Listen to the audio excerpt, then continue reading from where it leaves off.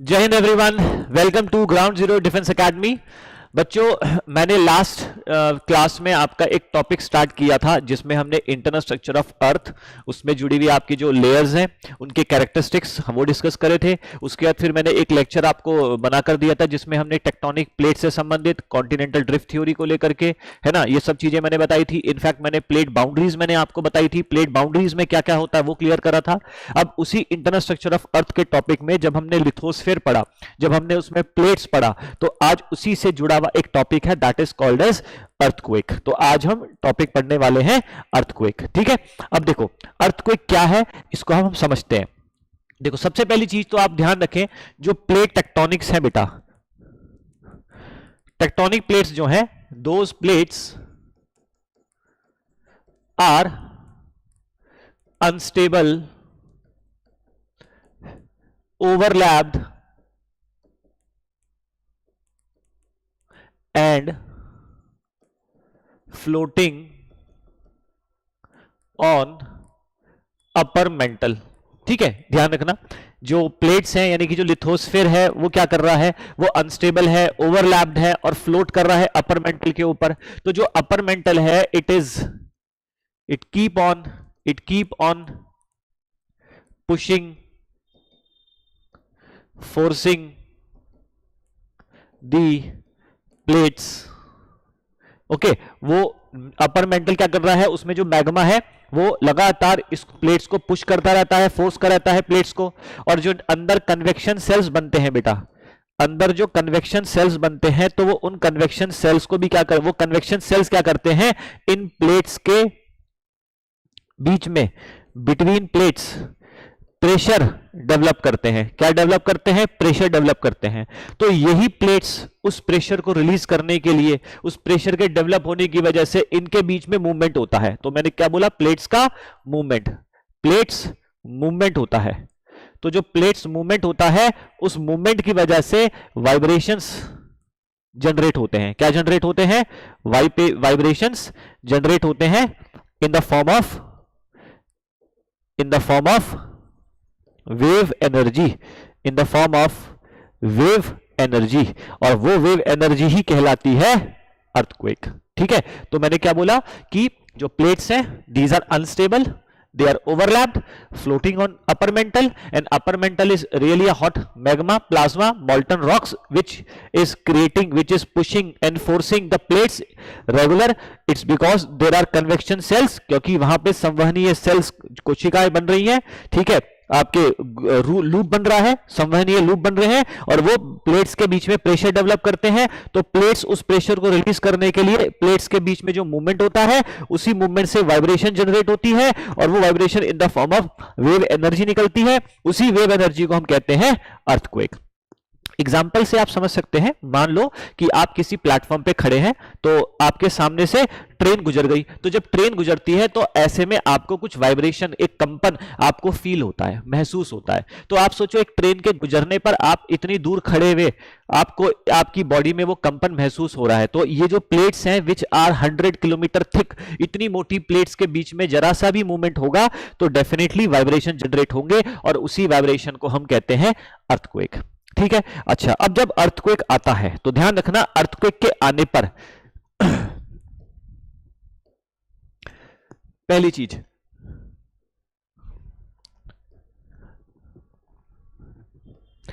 Earthquake के आने पर बॉडी वेव्स जनरेट होती है बेटा। कौन सी वेव्स जनरेट होती है, बॉडी वेव्स।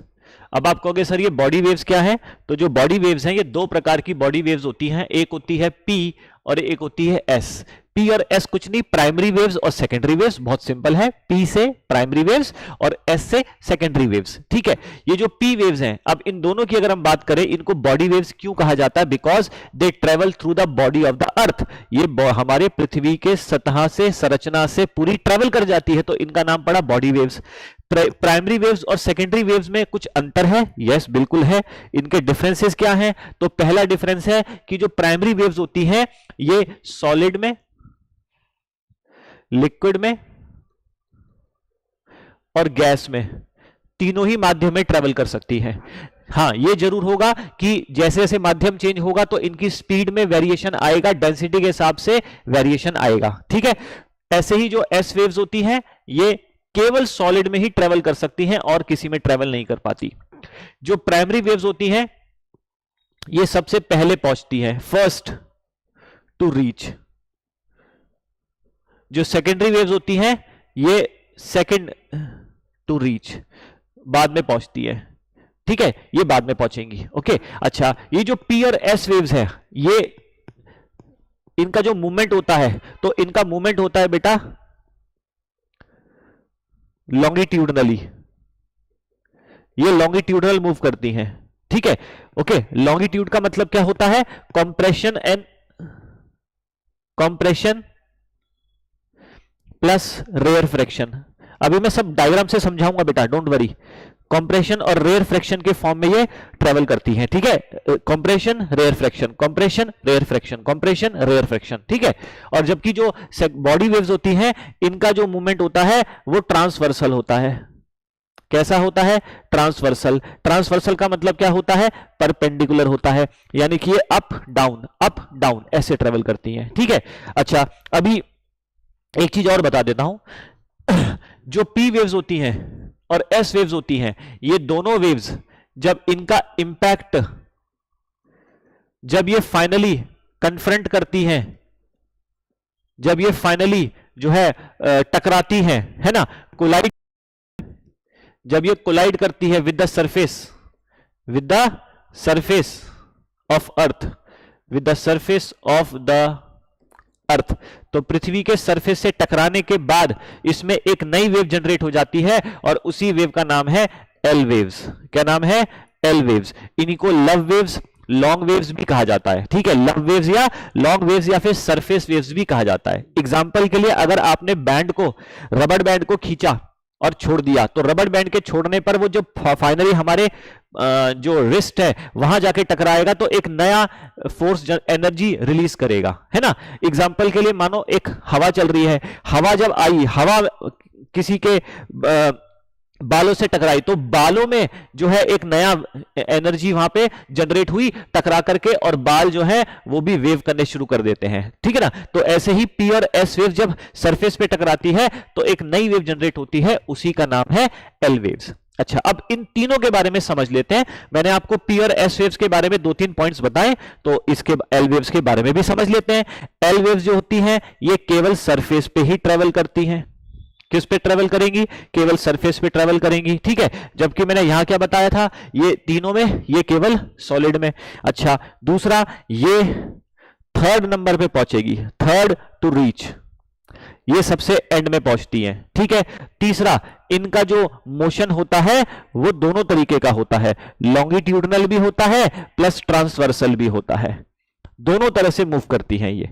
अच्छा, इन तीनों को अगर मैं कंपेयर करूं तो मैं यहां पे इनकी स्पीड के बारे में बता देता हूं।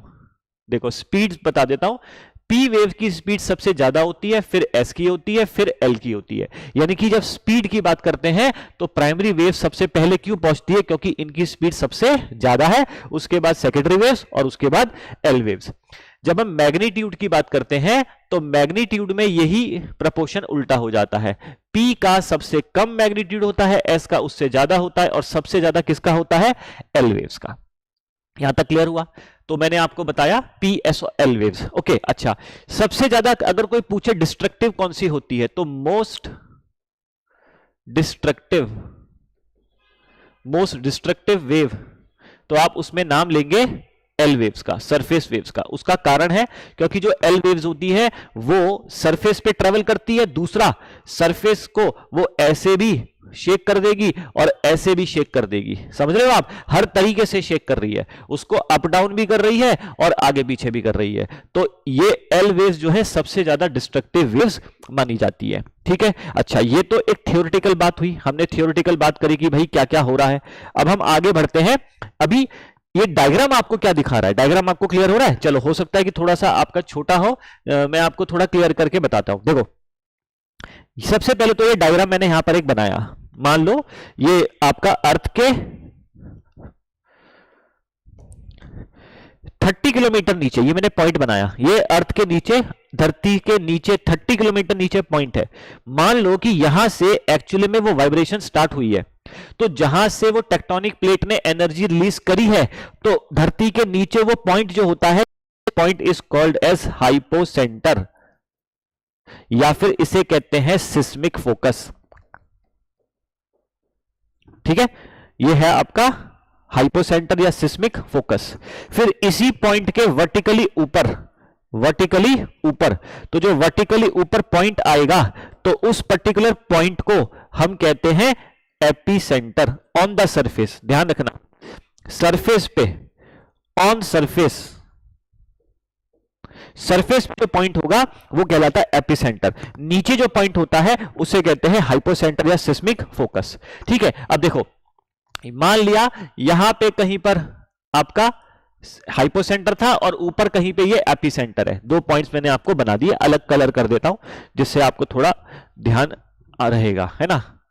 ये पॉइंट अलग है और वो ऊपर वाला पॉइंट अलग है। ठीक है, ये एपिसेंटर है। ठीक है, अब इस हाइपोसेंटर से जब वेव्स निकलेंगी, इस हाइपोसेंटर से जब वेव्स निकलेंगी, तो देखो ये वेव्स निकली, ये एक वेव निकली, ये एक वेव निकली, ये वेव्स निकल रही हैं। ठीक है, अब ये वेव्स निकल रही हैं, देखो ये वेव्स निकल रही हैं, ये वेव्स निकल रही हैं। ओके, अब क्योंकि जो पी वेव्स होती हैं, ये जो पी वेव्स होती हैं, ये सॉलिड, लिक्विड और गैस तीनों में ट्रेवल कर जाती हैं, तो फर्क नहीं पड़ेगा धरती के अंदर कहां पे मॉल्टन स्टेट है, कहां पर लिक्विड स्टेट है, कहां सॉलिड स्टेट है, कहां सेमी सॉलिड स्टेट है। पी वेव्स तो ट्रेवल कर जाएंगी, लेकिन पी वेव्स के संग बस दिक्कत क्या आएगी, जैसे जैसे मीडियम चेंज होगा वैसे वैसे वो डिफ्लेक्ट भी करेंगी। याद है, जब एक वेव पर्टिकुलर मीडियम को चेंज करती है तो अपने रास्ते से डिफ्लेक्ट हो जाती है, तो ये पी वेव्स जो है डिफ्लेक्ट होती हुई पहुंचेंगी। तो पी वेव जो है यहां से निकली, यहां डिफ्लेक्ट हुई, इधर आई, यहां डिफ्लेक्ट हुई, फिर इधर आ गई, फिर ये यहां डिफ्लेक्ट हुई, इधर आई, इधर से डिफ्लेक्ट होकर यहां आ गई, इधर डिफ्लेक्ट हुई, इधर, फिर यहां, इधर, ये आपका क्या है, कोर आ गया, फिर डिफ्लेक्ट होकर यहां आ गई। तो आप ध्यान देंगे कि जो पी वेव्स होती हैं, पी वेव्स के लिए आपका यहां से अगर पी वेव निकली तो पी वेव दूसरी तरफ भी दिखाई देंगी, दूसरी तरफ दिखाई देंगी। लेकिन जब हम बात करेंगे एस वेव्स की, तो एस वेव्स क्योंकि वो केवल सॉलिड में ट्रेवल करती हैं, तो आप इमेजिन करो कि जो हमारा आउटर कोर है वो लिक्विड है, तो जैसे ही कोई एस वेव्स आउटर कोर में जाएगी, ध्यान देना, जैसे ही कोई वेव आउटर कोर में जाएगी, मैं यहां पर एक डायग्राम से यहां बता देता हूं, ये रब कर रहा हूं मैं,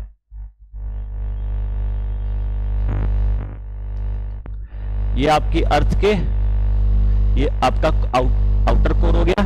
अब यहां से जैसे ही एस वेव्स इधर जाएंगी, एस वेव्स इधर भी जाएंगी, और एस वेव्स अगर ये ऐसे गई, ये जैसे गई, तो ध्यान देना ये वाली जो वेव है ये तो ट्रेवल कर गई, ये वाली भी ट्रेवल कर गई, लेकिन ये वाली जैसी आउटर कोर में पहुंची, ये पूरा आउटर कोर है, दिस इज आउटर कोर। ठीक है, तो आउटर कोर में पहुंच करके एस वेव्स गायब हो जाएंगी। यानी कि इस आउटर कोर के, ये वाला जो पोर्शन है आउटर कोर का, इसके पीछे, इसके पीछे आपको कोई भी एस वेव्स नहीं मिलने वाली, क्योंकि आउटर कोर जो है वो लिक्विड है। तो मानो मैं आउटर कोर हूं, तो यहां से अगर कोई वेव जा रही है तो मैं उस एस वेव्स को पीछे जाने नहीं दूंगा, तो मेरे पीछे जो है एस वेव का शैडो पड़ जाएगा। शैडो पड़ने का मतलब है वहां पर एस वेव्स नजर नहीं आएगी। तो इसीलिए यहां पर आपको दिखा रखा है, यहां से लेकर यहां तक का जो एरिया है, ठीक है, यहां से लेकर यहां तक का जो एरिया है 105 डिग्री, कब से 105 डिग्री, तो ये वाला जो एरिया है आपका, ये एस शैडो जोन कहलाता है। क्या कहलाता है? S shadow zone. ओके, तो एस शैडो जोन और कुछ नहीं है, बिकॉज एस वेव्स केवल सॉलिड में ट्रेवल करती हैं और आउटर कोर क्योंकि लिक्विड है तो वो आउटर कोर को क्रॉस नहीं कर पाएंगी, आउटर कोर में पहुंच के ही गायब हो जाएंगी। तो इसीलिए आउटर कोर के बाहर से जो वेव जा रही है वो तो पहुंच जाएंगी, ये तो पहुंच जाएंगी, मानो ये पहुंच गई, मान लो ये देखो ऐसे पहुंच गई, लेकिन जो भी बाहर से जाएगी आउटर कोर में जाते ही गायब हो जाएंगी। तो आउटर कोर के ये वाला जो एरिया है पूरा, इसके पीछे कोई भी एस वेव्स नहीं मिल रही हैं, तो ये कहलाएगा आपका एस शैडो जोन। ये बात समझ में आई? ये डायग्राम यही बता रहा है।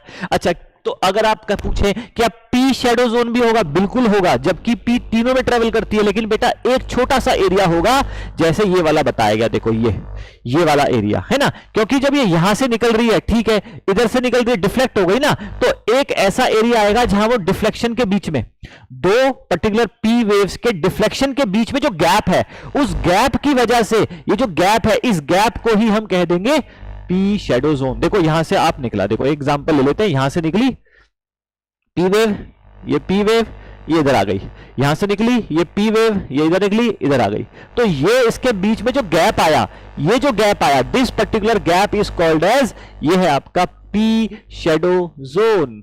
क्या है आपका पी शैडो जोन। तो there is a P shadow zone and there is a S shadow zone, और ये पी शैडो जोन छोटा होता है, एस शैडो जोन बड़ा होता है, और ये शैडो जोन का मतलब जहां पर एस वेव्स रिसीव नहीं हो रही है, पी शैडो जोन का मतलब होता है जहां पी वेव्स रिसीव नहीं हो रही है। और ये पी और एस क्या है, ये दोनों बॉडी वेव्स हैं, क्यों आती हैं, अर्थक्वेक की वजह से आ रही है।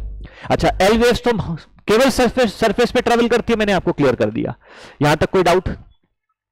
चलिए गुड, आगे बढ़े, आवाज आ रही है आप लोगों को?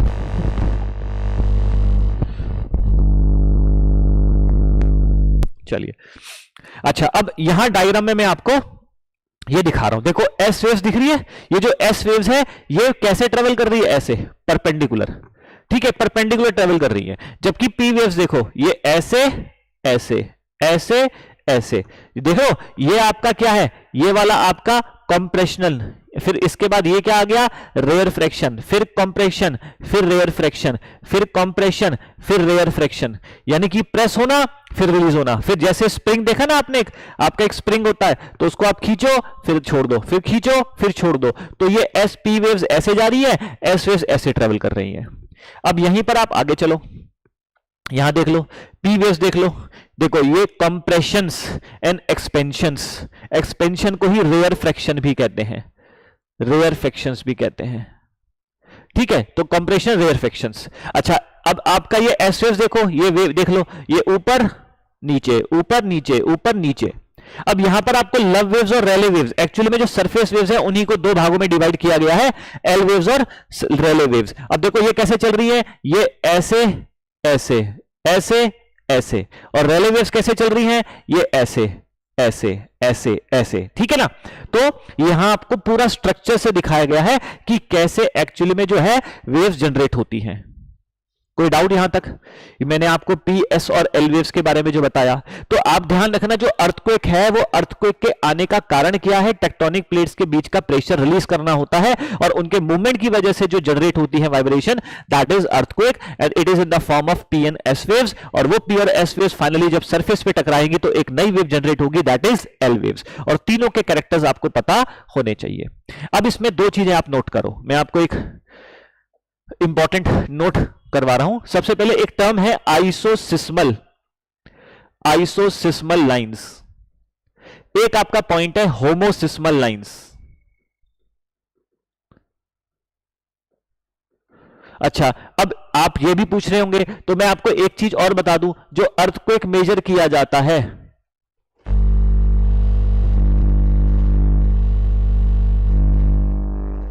बेटा जो अर्थक्वेक मेजरमेंट किया जाता है, अर्थक्वेक जो मेजर किया जाता है, तो वो उसकी जो यूनिट्स होती हैं वो दो हैं, है ना। अर्थक्वेक को मेजर करने के लिए एक हमारे पास है मर्सली स्केल, और एक है हमारा रिक्टर स्केल। तो मर्सली स्केल और रिक्टर स्केल में अंतर क्या है, रिक्टर स्केल जो है वो देखता है हमारा मैग्नीट्यूड, ये मैग्नीट्यूड कैलकुलेट करता है, जबकि मर्सली स्केल जो है ये कैलकुलेट करता है इंटेंसिटी, और इंटेंसिटी का मतलब होता है कि डैमेज कितना हुआ है, डैमेज जितना हुआ है उससे ही उसकी इंटेंसिटी का पता चलता है। तो जो मर्सली स्केल है ये आपका 0 से 12 तक यूनिट में है, और ये रिक्टर स्केल 0 से 9 नापा जाता है। तो जो रिक्टर स्केल है वो मैग्नीट्यूड चेक कर रहा है, और मर्सली स्केल डैमेज चेक कर रहा है, कि डैमेज के आधार पर पता चलता है कि इसकी इंटेंसिटी कितनी है। और अगर कोई पूछे अर्थक्वेक को नापने के लिए जो इंस्ट्रूमेंट है उसका नाम क्या है, तो उस इंस्ट्रूमेंट का नाम भी आप नोट कर सकते हैं, that is called as seismograph. क्या बोलते हैं, सिस्मोग्राफ। और सिस्मोग्राफ में क्या होता है ना, सबसे पहले पी वेव जनरेट होती है, फिर एस वेव जनरेट होती है, फिर एल वेव जनरेट होती है, इस तरह से। तो पहले पी वेव जनरेट आती है, फिर एस रिकॉर्ड होती है, फिर एल रिकॉर्ड होती है। तो सिस्मोग्राफ में कुछ इस तरह की रीडिंग आपकी नजर आती है। क्लियर है? फिर अभी हम बात कर रहे हैं आइसोसिस्मल और होमोसिस्मल। ये क्या है? देखो, आइसो माने सेम, आइसो माने सेम, सिस्मल आपको पता ही है। तो अगर कहीं पर सेम इंटेंसिटी वाले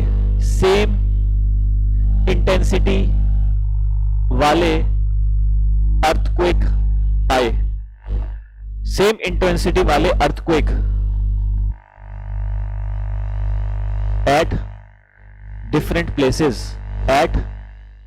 प्लेसेस, तो अलग अलग जगहों पे जो अर्थक्वेक आए सेम इंटेंसिटी वाले, तो अगर हम उन पॉइंट्स को जोड़ दें,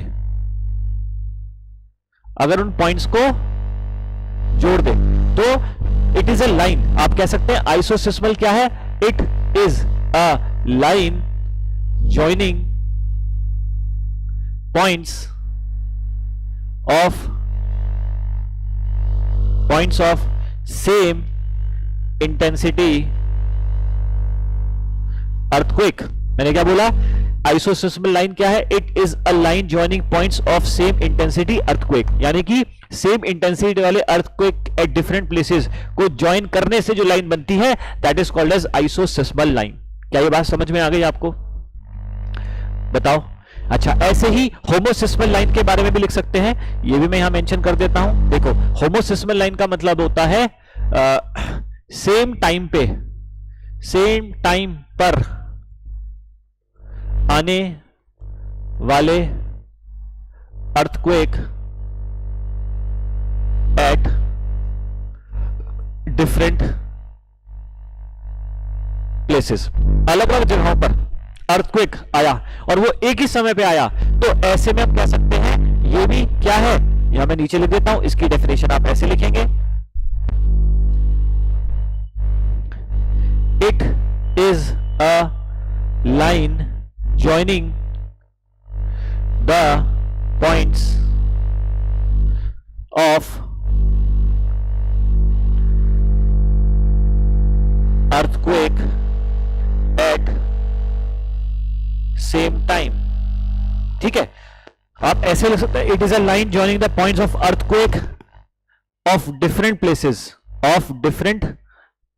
अलग अलग जगहों पर आए हुए अर्थक्वेक का सेम टाइम पे आना, तो उस पॉइंट्स को ज्वाइन करने से जो लाइन बनेगी, that is called as homoseismal lines. ठीक है, तो जब आप अर्थक्वेक का टॉपिक पढ़ रहे हैं तो आपको उसमें सारी चीजें ये मेंशन करनी है, आपके नोट्स एक प्रॉपर प्रिपेयर हो जाते हैं। अब आप देखो, मैंने आपको आज इस लेक्चर में अर्थक्वेक का एक टॉपिक सेपरेट क्यों पढ़ाया, जिससे आपको ये रियलाइजेशन हो कि आप जब उसको टॉपिक को सेग्रीगेट कर देते हैं ना, तो सेग्रीगेट करने में आपको ईजी हो जाता है, आपके छोटे छोटे टॉपिक के नोट्स बन जाते हैं और वो आपके दिमाग में फीड होता चला जाता है।